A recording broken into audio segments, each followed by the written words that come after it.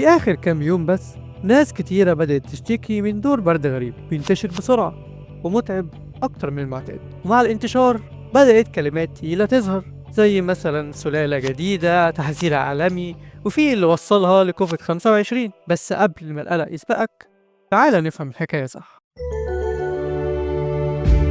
عشان نفهم الحكاية خلينا الأول نسأل سؤال بسيط: ليه فجأة حاسين إن ناس كتيرة تعبانة وعندها نفس الأعراض؟ حرارة، التهاب في الحلق، تكسير جسم، إرهاق شديد، وأحيانا غثيان وفقدان شهية. الإجابة مش مفاجأة، إحنا في عز فصل الشتاء وده الموسم اللي بتنشط فيه الفيروسات التنفسية. ولو بصينا للأعراض هنلاقي إن الأعراض دي مألوفة جدا، هي نفس أعراض الإنفلونزا الموسمية بالظبط. طيب لو المنتشر دلوقتي هو الإنفلونزا فعلا، إيه حكاية السلالة الجديدة؟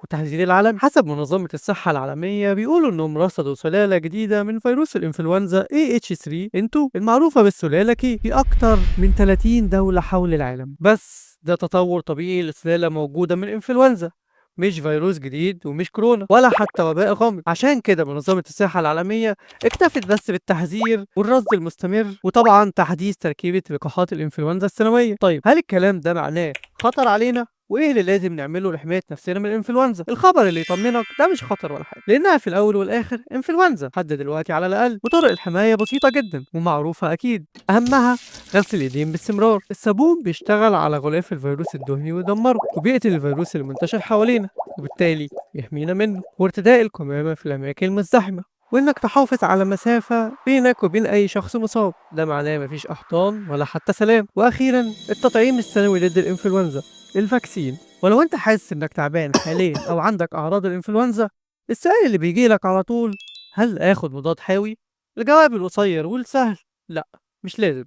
الانفلونزا فيروسية، يعني المضاد الحيوي ملوش أي تأثير على الفيروس نفسه. المضادات الحيوية بتشتغل بس على البكتيريا مش على الفيروسات.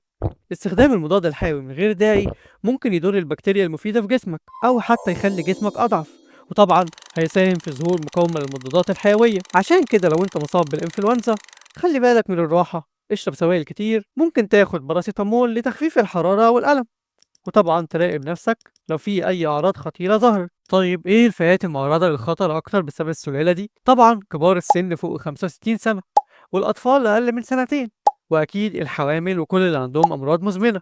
عشان كده لازم ناخد بالنا منهم كويس. الخلاصه مش كل سخونيه او كحه معناها فيروس جديد، اللي حاصل دلوقتي مجرد انفلونزا موسميه واعراضها مألوفه جدا، ومفيش اي داعي للقلق لحد دلوقتي. بس كده يا بشري، دي نهايه حلقتنا النهارده. انا غالبا يعني جاوبت على معظم اسئلتك، بس لو في اسئله طبعا انا ما حصليش الشرف ان انا اجاوب عليها اكتب لي في الكومنتس. متنساش تعمل لايك واشتراك، وبس كده. عمك الاميبا ينصرف.